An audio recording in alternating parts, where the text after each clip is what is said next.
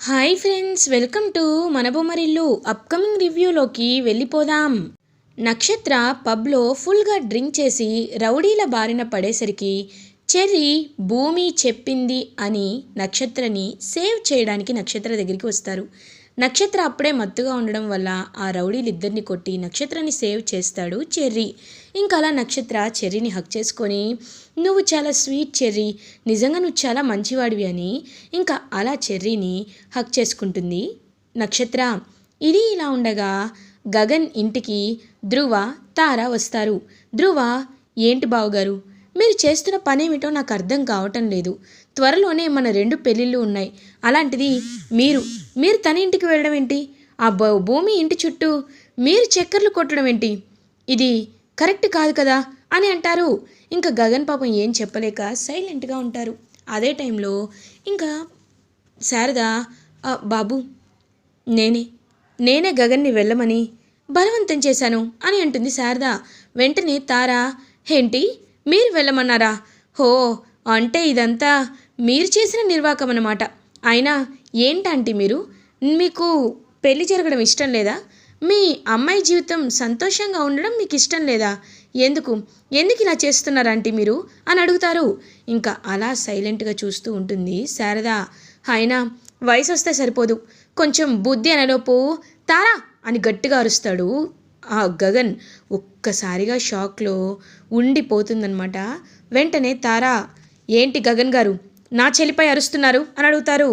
చూడండి, మా అమ్మ జోలికొస్తే నేను అరవడం కాదు, ఏం చేస్తానో నాకే తెలీదు. అయినా ఎందుకు అరుస్తున్నారు?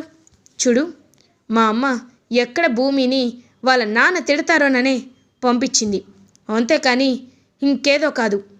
మా అమ్మపై ఇంకొక్కసారి నోరు లేచింది అంటే తారా, నేను చూస్తూ ఊరుకోను. నాకు మా అమ్మ అంటే ఇష్టం కాదు, ప్రాణం. అలాంటి ప్రాణాన్ని నువ్వు అంత ఈజీగా తిట్టాలనుకుంటావా అని అడుగుతారు. ఇంక వెంటనే అలా సైలెంట్గా ఉండిపోతుందన్నమాట తారా. అన్నయ్య, రా అన్నయ్య, వెళ్దాం అని చెప్పి ఇద్దరు అక్కడి నుండి అయితే వెళ్ళిపోతారు. ఇంకా చూస్తూ ఉంటుందన్నమాట పూరి.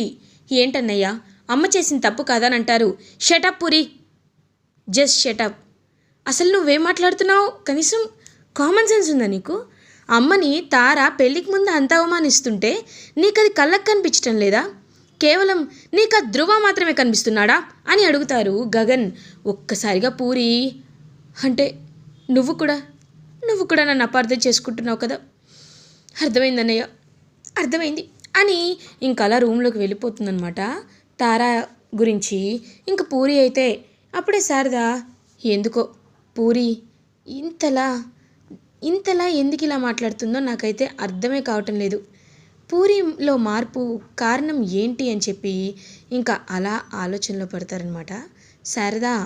ఇది ఇలా ఉండగా మార్నింగ్ అవుతుంది. భూమి అండ్ గగన్ ఇద్దరు కలిసి ఇంకా బయలుదేరుతారు సునందాదేవి వాళ్ళ ఇంటికి. సునంద పాపం వీళ్ళని చూసి ఎంతో హ్యాపీగా ఫీల్ అవుతారు. రండి, కూర్చోండి. బాబు, మీరేం చేస్తూ ఉంటారు అని అడుగుతారు. నేను కన్స్ట్రక్షన్ బిజినెస్లో ఉంటానండి అని చెప్పి పాపం అన్ని విషయాలు అయితే చెప్తారనమాట. ఇంకా అలా కాసేపు మాట్లాడిన తర్వాత భూమి ఏమో గగన్ చేయి పట్టుకునే ఉంటుంది. ఇంకా అది చూసి చాలా హ్యాపీగా ఫీల్ అవుతారు. తనైతే సుధాచంద్ర అలియాస్ సునందాదేవి గారు, ఇది నిజంగా చూడ్డానికి మీ జంట చాలా ముచ్చటగా ఉంది, ఇదిగోండి అని ఇద్దరికి తాంబూలంలో పట్టుచీర పట్టుబట్టలు తీసుకొస్తారు. ఇవన్నీ ఇప్పుడు ఎందుకండి అని అంటారు గగన్.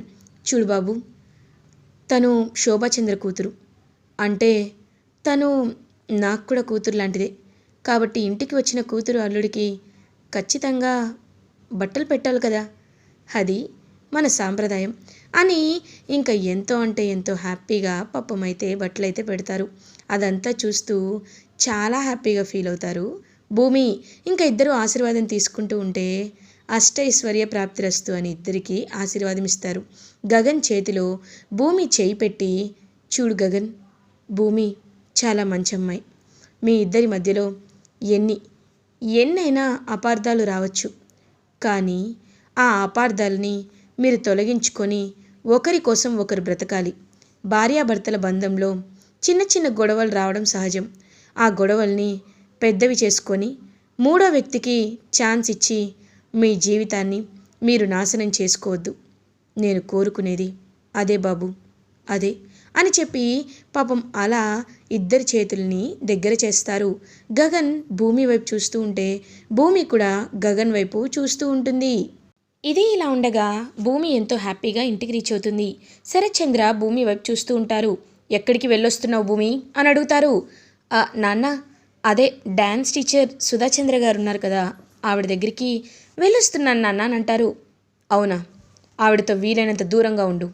ఎందుకంటే ఆవిడ ఒకప్పుడు శోభ శత్రువు. ఆవిడ శోభ కంటే బాగా నాట్యం చేస్తుందని బాగా పొగరుగా ఉండేది. కానీ ఇప్పుడు ఆ పొగరంతా లేదు. కాబట్టి నా మాట విని ఆవిడకి నువ్వు దూరంగా ఉండు. ఒకవేళ శోభాని చంపించింది ఆవిడేననే డౌట్ కూడా నాకు ఉంది అని అంటారు శరత్చంద్ర. లేదు నాన్న, ఆవిడ చాలా మంచి ఆవిడ. మీరు ఆవిడ విషయంలో చాలా చాలా తప్పుగా ఆలోచిస్తున్నారు. సునంద గారు అని అనేసరికి సునందానా? సునంద ఏంటి? తన పేరు సునందాదేవి కాదు, సుధాచంద్ర. మీ అమ్మ శోభాచంద్రకి స్వయాన అక్క. కానీ తన ఐడెంటిటీని దాచుకొని సునందాదేవిగా పేరు మార్చుకొని మా దగ్గర నుండి తప్పించుకొని తిరుగుతుంది. అలాంటి మనిషిని నువ్వు ఇంకెప్పటికీ నమ్మద్దు అని శరత్చంద్ర చెప్పి వెళ్ళిపోగానే ఒక్కసారిగా షాక్లో ఉండిపోతుందన్నమాట. వెంటనే ఏంటి అంటే ఆవిడ నాకు పెద్దమ్మ అవుతారా అని షాక్లో ఉండిపోతుందన్నమాట. అలా భూమి ఇంక వెంటనే అపూర్వ అక్కడికి వచ్చి, అవును భూమి, ఆవిడ నీకు స్వయాన పెద్దమ్మే అవుతుంది. ఈ విషయాన్ని నేను చెప్పలేదు, ఎందుకో తెలుసా? ఇది నువ్వంతట నువ్వు తెలుసుకోవాల్సిన విషయం కాబట్టి.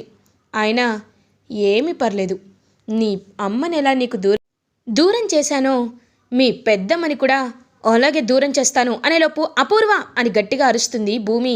ఒక్కసారిగా అపూర్వ షాక్లో ఉండిపోతుంది. ఏంటి అరుస్తున్నావు అని అంటారు. చూడు, నీ నీచానికి, నీ అరాచకత్వాలకి టైం ఇంకా ఉంది అనుకుంటున్నావు. కానీ ఈ దేనికైనా కొంచెం లిమిట్ మాత్రమే ఉంటుంది. నీ పాపాలకు కూడా లిమిట్ అయిపోతుంది. ఎవరి అండ చూసుకొని, ఎవరు నిన్ను ప్రేమిస్తున్నారని చూసుకొని రెచ్చిపోతున్నావో మా నాన్న చేత్తోనే నిన్ను తరిమి తరిమి తరిమి కొట్టి జైల్లో పెట్టించకపోతే నా పేరు భూమి శోభాచంద్రే కాదు అని చెప్పి అక్కడి నుండి వెళ్ళిపోతుంది భూమి. ఎప్పుడూ ఓవర్ కాన్ఫిడెన్సే ఛా అని అనుకుంటుంది అపూర్వ. అప్పుడే ఇంకా నక్షత్ర బయటకు వస్తుంది. బేబీ, ఏమైంది అలా ఉన్నావు అని అంటారు. ఏం లేదు మమ్మీ, నిన్న నైట్ నీకు జరిగిన అవమానాన్ని మర్చిపోవడానికి పబ్కి వెళ్ళాను, అందుకే కాస్త మత్తుగా ఉంది అని అంటారు. సరే బేబీ, ఇంకెప్పుడు ఇలా చూడొద్దు, ఎందుకంటే మీ డాడీ ఇప్పుడు వచ్చే టైం. ఒక్కసారి నువ్వు పబ్కి వెళ్ళావని మీ డాడీకి తెలిసిందనుకో, ఇంకేమీ లేదు, ఇప్పటి వరకు నువ్వు కాపాడుకుంటూ వస్తున్న పేరంతా పోతుంది. కాబట్టి నువ్వు ఎక్కడికైనా వెళ్ళు, కానీ మీ నాన్న ముందు మాత్రం నువ్వు చాలా సాంప్రదాయంగా భూమి ఉన్నట్టే నడుచుకోవాలి, సరేనా అని అంటారు. సరే మమ్మీ అని చెప్పి ఇంకలా నక్షత్ర అక్కడి నుండి వెళ్ళిపోతుంది. ఇది ఇలా ఉండగా భూమి అటు ఇటు తిరుగుతూ ఆలోచిస్తూ ఉంటుంది. ఎలా అయినా అపూర్వకు సంబంధించి అన్నీ తెలుసుకోవాలి. హెయిర్ శాంపిల్స్ తీసుకుందామంటే కుదరలేదు, అలానే తన దగ్గర ఏం తీసుకున్నామో కుదరటం లేదు. ఏం చేయాలి అని ఆలోచిస్తూ ఉంటుంది. కరెక్ట్గా అప్పుడే చెర్రీ భూమి దగ్గరికి వస్తారు. భూమి అని చెప్పి భూమి దగ్గరికి వచ్చేసరికి భూమి ఏమేం చెర్రీ అని అడుగుతుంది. భూమి, సక్సెస్ అయింది భూమి, మన ప్లాన్ సక్సెస్ అయింది. నక్షత్ర నాకు క్లోజ్ అయింది భూమి, తను మత్తులో ఉంది, కానీ తను నన్ను ప్రేమిస్తుంది అని అంటారు చెర్రీ. చెప్పాను కదా చెర్రీ, ఎప్పుడైనా భార్యాభర్తలు ఎంత కొట్టుకున్నా సరే ఒకరికొకరు ప్రాబ్లం వచ్చినప్పుడు అవి నువ్వు సాల్వ్ చేసుకోవాలి, అంతేకాని అలా ముభావంగా ఉండకూడదు. ఇప్పటికైనా నక్షత్రం నిన్ను అర్థం చేసుకుంది, అది చాలు అని భూమి అంటుంది. కరెక్ట్గా అప్పుడే చెర్రీకి ఫోన్ కాల్ వస్తుంది. ఇంకా చెర్రీ అలా కాల్ లిఫ్ట్ చేస్తాడు. లిఫ్ట్ చేసి, హలో, ఏంటి, అవునా, నేను ఇప్పుడే వస్తున్నాను అని కాల్ కట్ చేస్తారు. ఏమేం చెర్రీ అని అడుగుతుంది. భూమి, ఇవాళ అన్నయ్యకి ఆ తారాకి ఎంగేజ్మెంట్ అంట అని అంటారు. ఒక్కసారిగా భూమి షాక్ అయిపోతుంది. ఏంటి ఎంగేజ్మెంటా, ఎలా జరుగుతుంది చెర్రీ అని అడుగుతుంది. నాకు అదే అర్థం కావటం లేదు. నిన్న అన్నయ్యని వాళ్ళు ఎంత ఫోర్స్ చేశారో ఏంటో, అందుకే వాళ్ళు పెళ్ళి నిశ్చయించుకోవాలనుకుంటున్నారు. ఖచ్చితంగా నేను జరగనివ్వను కదా, పద భూమి వెళ్దామని చెప్పి ఇంకా చెర్రీ అయితే భూమిని తీసుకొని అలా బయలుదేరుతాడు. కరెక్ట్గా అదే టైంకి శరత్ చంద్ర ఎదురొస్తారు. "ఆ, ఎక్కడికి వెళ్తున్నారా అని అడుగుతారు. అంటే నాన్న అది అని అనేలోపు మావయ్య డ్యాన్స్ అకాడమీలో ఏదో చిన్న ఇష్యూ వచ్చిందంట, అందుకే భూమిని నేను తీసుకెళ్తున్నాను అని అంటారు. అవునా, నేను కూడా రానా అని అంటారు. పర్లేదు నాన్న, నేను వెళ్ళొస్తాను, రా చెర్రీ వెళ్దాం అని చెప్పి ఇంకా అలా చెర్రీ అండ్ భూమి ఇద్దరు కలిసి బయలుదేరుతారు గగన్ వాళ్ళ ఇంటికి. ఇది ఇలా ఉండగా గగన్ చాలా అంటే చాలా బాధపడుతూ ఉంటాడు. ఇంకా పూరి ఏమో గగన్ దగ్గరికి వచ్చి, అన్నయ్య, ఇవాళ నీకు తారాకి ఎంగేజ్మెంట్ జరగబోతుంది, నాకు ధ్రువకి ఎంగేజ్మెంట్ జరగబోతుంది, ఇంకేం చెప్పు, ఎందుకు నువ్వు హ్యాపీగా లేవు అని అడుగుతారు. అలాంటిది ఏమీ లేదమ్మా, హ్యాపీగానే ఉన్నాను అని నవ్వుతూ ఉంటాడు ఫేక్గా పాపం గగన్. ఇంకప్పుడే కరెక్ట్గా తారా వాళ్ళేమో, అన్నయ్య, నిన్న నువ్వు భలే లాక్ చేసావు, పెళ్ళి అవసరం లేదనుకున్నాం, కానీ ఇప్పుడు పెళ్ళి కాదు కదా, ఇదిగో డైరెక్ట్గా ఎంగేజ్మెంటే పెట్టించుకుంటున్నాం, ఇప్పుడు వాళ్ళు మనల్ని ఏమీ చేయలేరు అని అంటారు. అవునమ్మా, ఇప్పుడు నాకు చాలా హ్యాపీగా ఉంది అని చెప్పి ఇంకా ఎంతో అంటే ఎంతో హ్యాపీగా ఫీల్ అవుతారు ధ్రువ. ఇంకా అలా ధ్రువ అండ్ తారా ఇద్దరు ఇంటికి రీచ్ అవుతారు. గగన్ అండ్ పాపం తనేమో చూస్తూ ఉంటారనమాట. గగన్ అండ్ పూరి చూస్తూ ఉంటారు. ఇంకా అలా ఇద్దరు కలిసి ఇంటికి వచ్చి కరెక్ట్గా రింగ్స్ తీసేలోపు ఆగండి అని ఒక సౌండ్ వినపడుతుంది. ఎవరా అని చూసేసరికి అక్కడ చెర్రీ ఉంటాడు. చెర్రీ వెనకాలే భూమి ఉంటుంది. వచ్చేసావా, ఇక్కడికి కూడా వచ్చేసావా అని అంటుంది తారా. ఏయ్ ఆగు, నువ్వొక హాఫ్ టికెట్, సైడ్ టికెట్, నీతో మాట్లాడడం తర్వాత మాట్లాడతాను. మీకు ఒక విషయం అడగాలి, నేను తన్ని పెళ్లి చేసుకున్నాను, నేనే తన భార్య అని తెలుసు కదా, తెలిసి కూడా మీరు ఎలా ఎలా ఈ పెళ్ళిని ఒప్పుకుంటున్నారు? నేను విడాకులు ఇవ్వలేదు కదా, విడాకులు ఇవ్వకుండా నేను ఎలా విడాకులపై సంతకం చేయకుండా ఈ ఎంగేజ్మెంట్ని ఎలా చేస్తారు అని అడుగుతుంది భూమి. ఒక్కసారిగా ఇంకా అలా షాక్లో ఉండిపోతారనమాట ధ్రువ. చూడండి, మీరు కావాలనే విడాకులు ఇవ్వటం లేదు, అందుకే మేము పెళ్ళి వరకు వెళ్లకుండా ఎంగేజ్మెంట్ అయినా చేసుకుంటున్నాం. సగం పెళ్ళి అయితే మీరు విడాకులు ఇచ్చేలోపు ఇంకొక సగం పెళ్ళిని పూర్తి చేస్తాం అని అంటాడు ధ్రువ.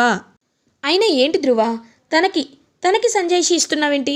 ఏమీ అక్కర్లేదు, పద అని అంటుంది పూరి నువ్వు ఆగు అని అంటారు భూమి. ఏంటాగేది, అయినా నేను నీతో మాట్లాడను, నన్ను కొట్టి నన్ను అవమానించి మా అమ్మ మనసుని మా అన్నయ్య మనసుని కూడా మార్చాలనుకుంటున్నావు, నీలాంటి వాళ్ళతో నాకేంటి మాట్లాడంటుంది పూరి. ఇంక వెంటనే అప్పుడే భూమి పూరి దగ్గరికి వస్తుంది.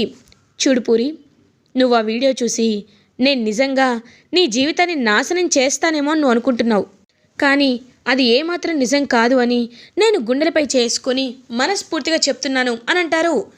ఎలా చెప్తున్నావు, సాక్ష్యం ఉందా అని అడుగుతుంది పూరి. అప్పుడే కరెక్ట్గా ఇంకా చెర్రీ ముందు ఒకసారి వీడియో చూడు అని అంటారు.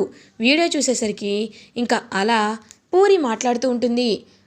అన్నయ్య, నేను ధ్రువాని పెళ్లి చేసుకోను, అయినా ధ్రువ అంటే నాకు ఇష్టం లేదు అని చెప్తుంది పూరి ఆ వీడియోలో.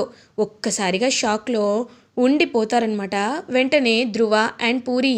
లేదు, ఇది అబద్ధం, నేనెక్కడ చెప్పాను అని అంటుంది. వెంటనే గగన్ కూడా, అవును, తనేం చెప్పలేదు కదా అని అంటారు. లేదు, తను చెప్పిందన్నయ్య, ఈ వీడియోలో ఉంది కదా అని అంటారు.